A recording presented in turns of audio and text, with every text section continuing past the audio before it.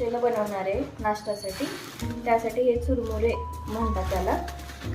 हे easily डीमार्टमध्ये available होतील आणि याच्याने ॲसिडिटी होत नाही आणि खाण्यासाठी हलके असतात. साठी लागणारे साहित्य: कोथिंबीर, कढीपत्ता, कांदा आणि हिरवी मिरची. हिरवी मिरची आपण मधून कट करून घेऊन त्याला स्मॉल पीसेसमध्ये कट करून घ्यायचं. आता आपली मिरची अशी स्मॉल पीसेसमध्ये कट करून झालेली आहे. आता आपण कांदा स्मॉल पीसमध्ये लांब कट करून घ्यायचा आहे.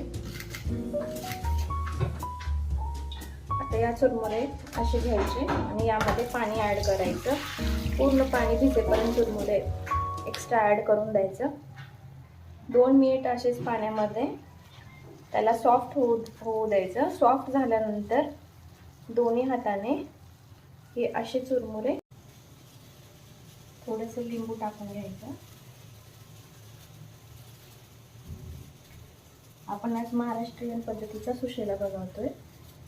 कर्नाटकमध्ये यामध्ये डाळवा असतो आपला, जो की हा फुटाणे टाईप, त्याला मिक्सरमधून ग्राइंड करून त्याची पावडर थोडी लावली जाते आणि मग फोडणी दिलेला जातो. तो कर्नाटक टाईप झाला. हा महाराष्ट्रीयन पद्धतीचा सुशेला आहे. त्यामध्ये आपण जिरे आणखी धने पावडर पण ॲड करणार आहे, जे की चवीसाठी छान लागेल.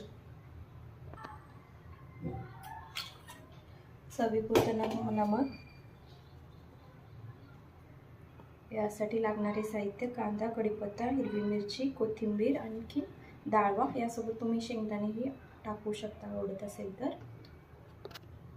आपण आता ऑइल ॲड करतोय.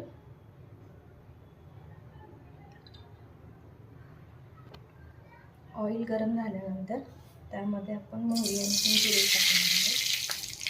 मग कढीपत्ता, त्यानंतर हिरवी मिरची,